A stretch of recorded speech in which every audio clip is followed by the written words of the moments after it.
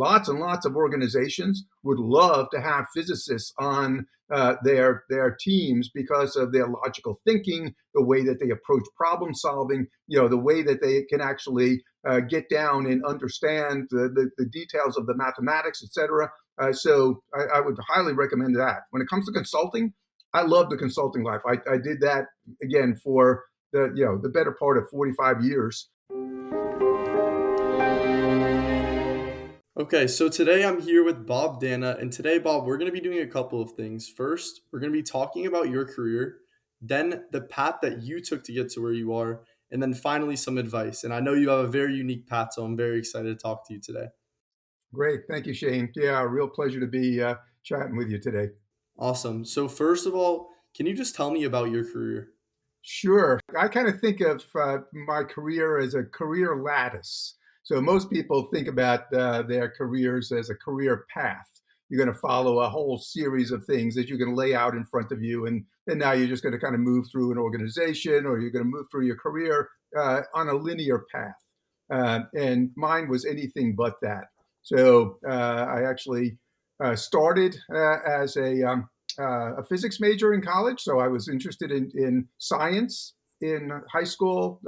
Took all of the science courses. When I took my physics course, it was like, I really like this, and I really would like to go to college and study physics. So I grew up on Long Island in New York City, in New York, and then went to Hunter College in Manhattan, and got both a bachelor's and master's degree in physics from Hunter. And so, I was on the path to be a physicist. In fact, I got accepted to Brown University after the master's degree to go on for my PhD, and had done research to support my master's degree. I was going to continue on that research, my expectation was, at this point, I would be kind of a retired professor, PhD from Brown University, probably done a bunch of research in physics, and that was going to be my career path. In 1975, I was at that point about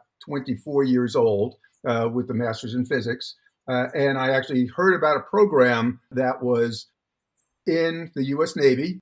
The U.S. Navy runs nuclear reactors on submarines and surface ships, primarily, obviously, aircraft carriers.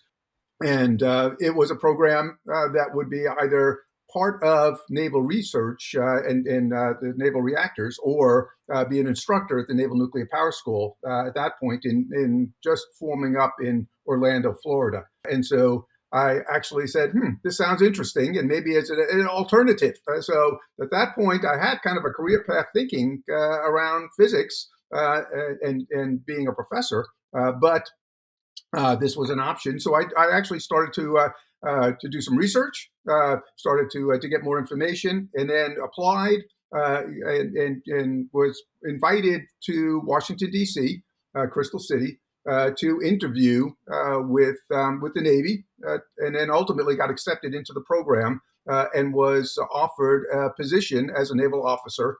I would be commissioned and then be an instructor for 4 years, teaching those individuals who would be enlisted or officers operating nuclear reactors on board submarines and aircraft carriers. What was that like? 'Cause it's so interesting. Yeah, because it was actually very interesting. I wound up accepting the commission. It was commissioned as an ensign in the Navy, and then wound up going to Orlando and started teaching physics.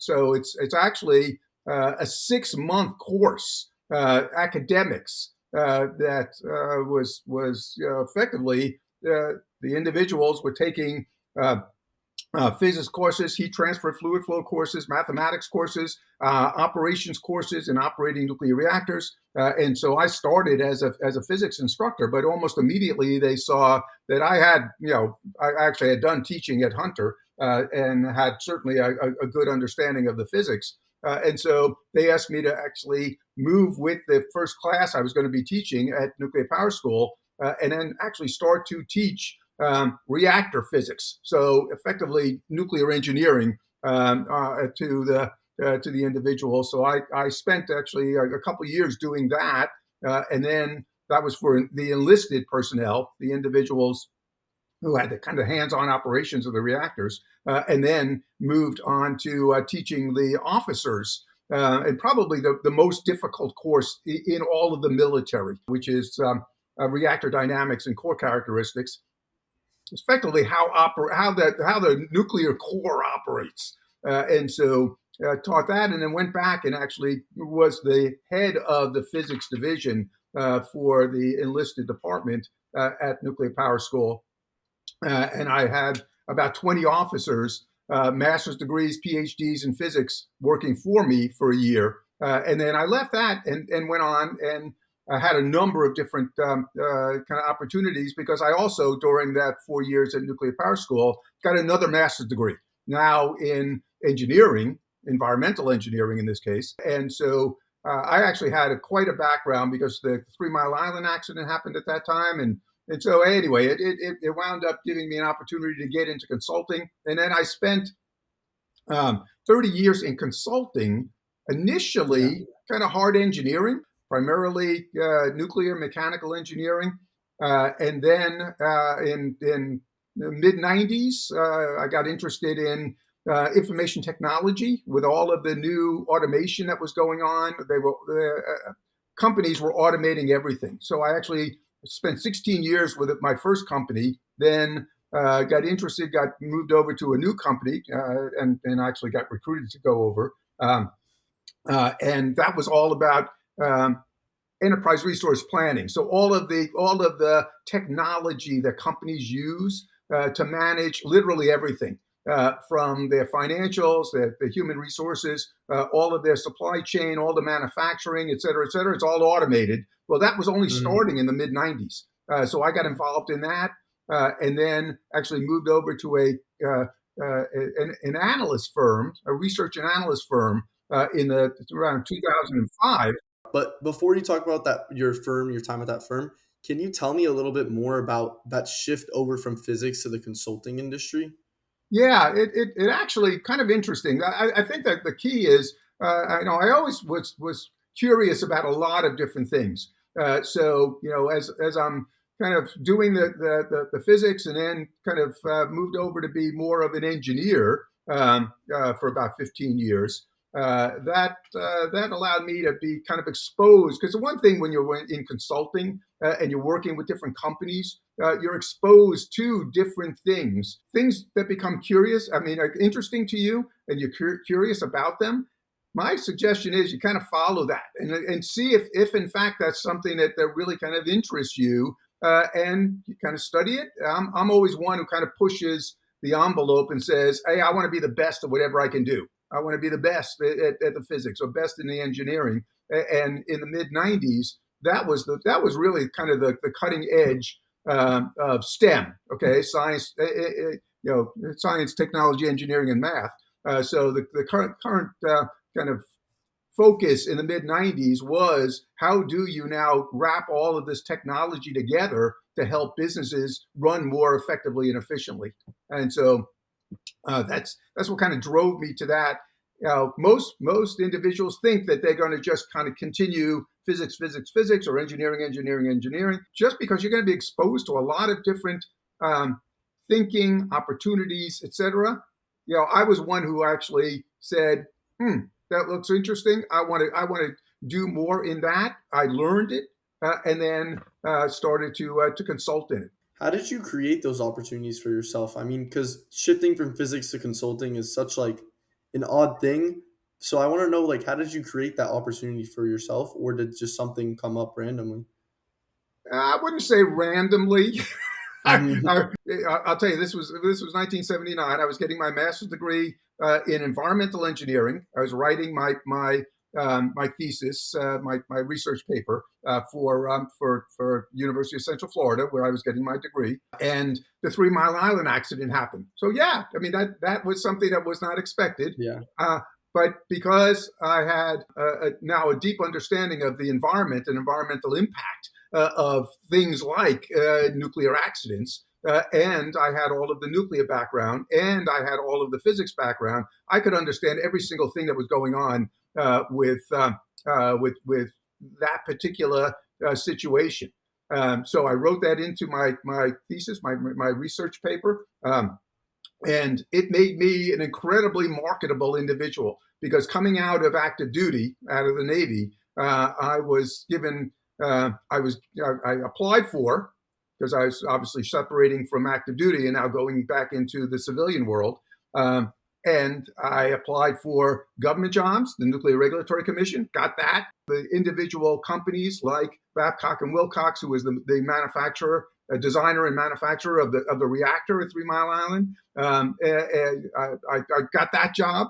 I got another Mhm. job in another nuclear um, manufacturer. I got several offers from consulting firms. So looking at all of those, I could have gone in a number of different directions and looked at the different options and said consulting sounded interesting. So that's how I got there.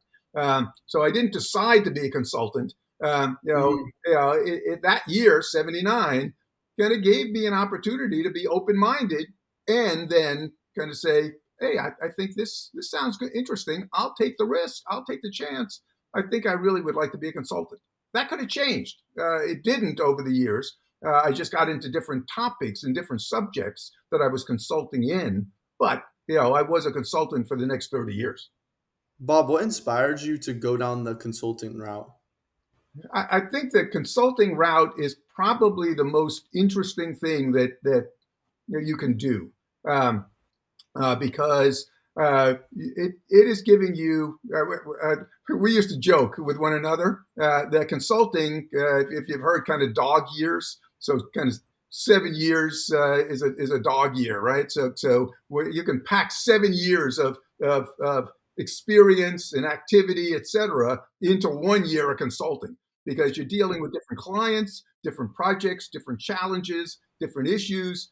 So it was kind of a high speed, fairly intense environment of addressing a lot of different things. And so that's the kind of person I am. I like a lot of different challenges, and I can do that, kind of in parallel with a number of different, projects and activities that I was on.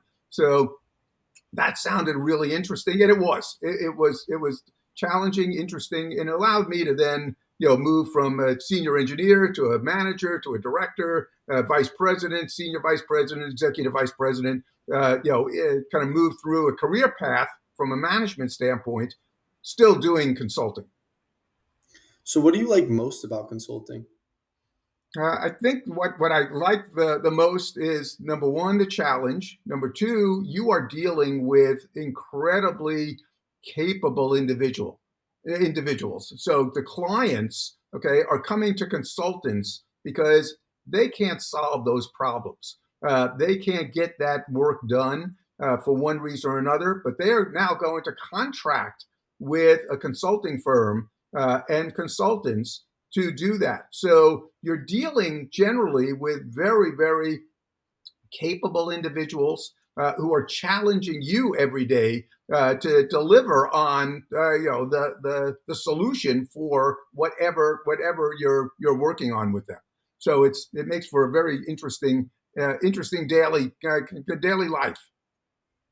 So, I know you said you like the challenge of it. So, while we're on that topic, can you tell me what you think the biggest challenge of the job is? And is there a particular challenge that you have faced that you would want to talk about? Yeah, I think probably the biggest challenge is, you really have to know your stuff. This isn't something that you kind of learn the job and then you do the job. So it really isn't a job. Okay, it's you really have to be up on your subject. You have to understand that as deeply as anybody can possibly understand it, and the fact that the subject is continually changing. There's different issues. So from my point of view, not only was the engineering, but all of the regulatory environment was changing, all the laws were changed, a number of things. So you have to keep up on that. So you are continuously learning. So that's probably the biggest challenge is, an individual needs to be a continuous learner and open to continuously learn. And then you need to be credentialed. So I wound up getting credentialed as a professional engineer in 5 different states because that was important to show your capabilities. So credentialing, your academic education, the continuous learning. Those are all challenges. And so, and on any given day, it was sometimes kind of crazy. The other thing is, the other big challenge is your work-life balance. You can imagine that, you're not sitting in your office all the time or going to one place. I kind of consulted literally all over the world, Europe, Asia Pacific, um, all through the United States, and so you're on a plane all the time, in hotels, being separated from your family. So that's a big challenge too, is getting that work life balance correct. And I'm not sure I ever did, but it is a major challenge. So it goes beyond just the academics and the learning and the consulting, because you're a person, so you have to worry about that too. For sure. What skills and qualities would you say are essential to either succeed in the world of physics or as a consultant? I think the key in each case is a real desire to excel. Um, you know, and getting to a level where you learned your job, you do your job, etc. That number one, I would not find that exciting personally. But number two, that's not something that you will be able to have a career around, and especially somebody your age. You have to be thinking maybe 60, 70-year careers. So I think the other thing is, there's probably a lot that's going to go on 30 years from now that you couldn't even describe right now, not even conceive of. So that's why being kind of open to the learning, and be always kind of looking over the horizon and saying, well, what's coming down? So if like right now, artificial intelligence. Well, the first time I heard about artificial intelligence actually was 1985. So yeah, so the word's been around, the It's been a concept's been long way. around. Yeah, so it's been a long, long time. But now it's everywhere. So what are we hearing today that really is going to be everywhere, 15, 20, 25, 30 years from now? That's probably the biggest thing that you have to be watching out for, and interested in, because that's the thing that you're going to be doing. That's going to be your work, again, 20, 25 years from now. But you got to be watching for it early on to really excel. I understand that you're talking about there's things like 20, 30 years from now that like I won't even know that's coming, which I have to adapt to. And I'm guessing that you were definitely in that position, like like you were talking about with AI. Can you talk about some of those changes that have come to the industry of consulting in the past years? Oh yeah, well, I'll give you some pretty interesting examples. And I'll go all the way back to the 1960s, because that's 1960s is when I was your age. And so in the 1960s there were no calculators. There were no kind of electronic support. What we did calculations on, in physics, in my physics classes in high school and college, is called a slide rule. I don't know if you've ever seen it. You may have seen it in a museum, but it's actually a piece of bamboo that has all kinds of sliding scales that you could do incredibly sophisticated mathematical calculations on. That's where I started. That, and then on this computer, the IBM 360, which in essence was a house full of computer. And it probably it would pale in consideration of the iPhone 15 that I carry around in my pocket right now. Yeah. But that's where I started. So the technology, I wound up, carrying the first portable computer, the compact computer. I carried a pager, the first mobile phones that were, like this big, a big bag. It looked like a suitcase, but it was a mobile phone. So in every case, I embraced the technology that was kind of coming at hand. The companies I've worked for have always given me the opportunity to be kind of at that front end and say, okay, Bob, hey, yeah, why don't you go and try that technology and see how it works, and then let's bring it into the company. So I think that's the key, is, in every single case, the technology is going to kind of emerge. Okay, it's going to be in a fairly rudimentary form even now, And then, AI right now is still in a fairly rudimentary form compared to what it's going to be 20 years from now. So Oh how do yeah, you we'll embrace? definitely continue to adapt. Yeah, how do you embrace it? So it's more than just adapting to it. It really is saying, yeah, I want to really kind of wrap my arms and head, my brain around this thing, understand it, and then see what I can do to really use it in my work. Awesome. So obviously you didn't have a very linear career path, but for someone who might be interested in either consulting or physics, because I know you can talk on both, what do you think the best path that they could take would be?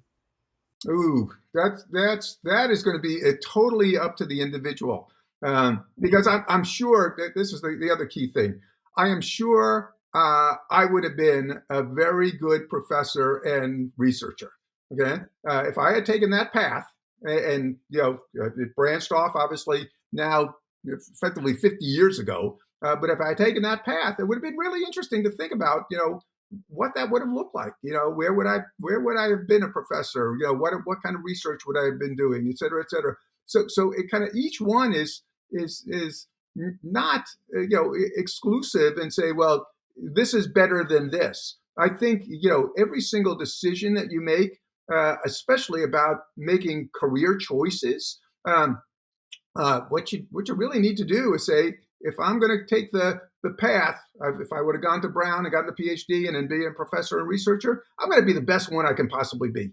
If I'm going to now kind of go into the Navy, I'm going to be the best instructor. I'm going to be the best officer I can be. Once I got into consulting, it's the same thing. And so I think the key is, once you've made that decision, okay, don't look back. Okay, don't say, well, but if, when, that doesn't matter. Okay. You're not doing this. So do that as well as you Yeah. can. Be the best. You have to have a strong mentality about it for sure. Yes. Yes, for sure. So finally, I want to ask you, what advice would you have to younger people who might want to pursue a career in physics or as a consultant? Yeah, I think when it comes to physics, because by the way, I still love physics. I still read physics. I follow the kind of LinkedIn, Facebook. Yeah. It's I awesome that you're so passionate about it. yeah, but it just kind of goes to show that even though that was not, no longer did physics for maybe the last 15 or 20 years.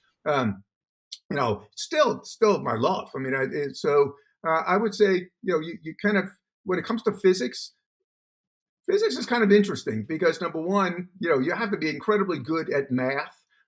You have to be very, very good at conceptualizing different things because physics in high school is not physics. It's you're kind of solving problems and doing equations and doing that kind of stuff. That's not real physics. Okay, physics is kind of modeling the universe, which is kind of cool. So if you really, really want to do physics, okay, and be a physicist, I would highly recommend it, but it's going to be really different than what you're seeing, in high school. So the better that you can read about various physicists' lives, okay, and what they did, that's always good. But physics is a wonderful, wonderful career to choose. And there's lots and lots of different things that you can do. Not only be a professor, not only be a researcher, but then lots and lots of organizations would love to have physicists on their teams because of their logical thinking, the way that they approach problem solving, the way that they can actually get down and understand the details of the mathematics, et cetera. So I would highly recommend that. When it comes to consulting, I love the consulting life. I did that again for the better part of 45 years, all the way up to ultimately I was a managing director at Deloitte Consulting, doing management consulting. So I was consulting on kind of the highest level of management, CEO level, et cetera, at some of the largest corporations in the world. But once you learn the techniques of consulting, you can apply those techniques literally anywhere. So consulting is a wonderful, wonderful choice too. First, before you become a consultant, okay, you really have to learn the fundamentals of everything that you're going to consult in, because You never want to be in a situation where a client is going to ask you a question that you go, yeah, I don't know that. And then they ask you another question and say, well, I don't know that. You're going to need to really, really be an expert as much as you can in the subject in order to be a good consultant. That actually made me think of one more question before we go. So, would you say there's a specific major that's really, really good for consulting, or is there really any major that can help a lot? Any major, any major. You can be a consultant in physics, chemistry. It can, any of the sciences. You can be a consultant in finance, okay, in information technology, in robotics, in fill in the blank. You can consult in any of it because individuals and organizations can't have that level of expertise available to them on their own staff. So they're always going to go out of house, out of their company, and seek a consulting firm, a consultant to help them because that expertise is then brought in, is used, and then they say, "Thank you very much. Here's your money for that project that you completed or that information that you provided, etc." And then you go on to the next client, or you get a follow on to that client. But in any case, you can consult literally in anything.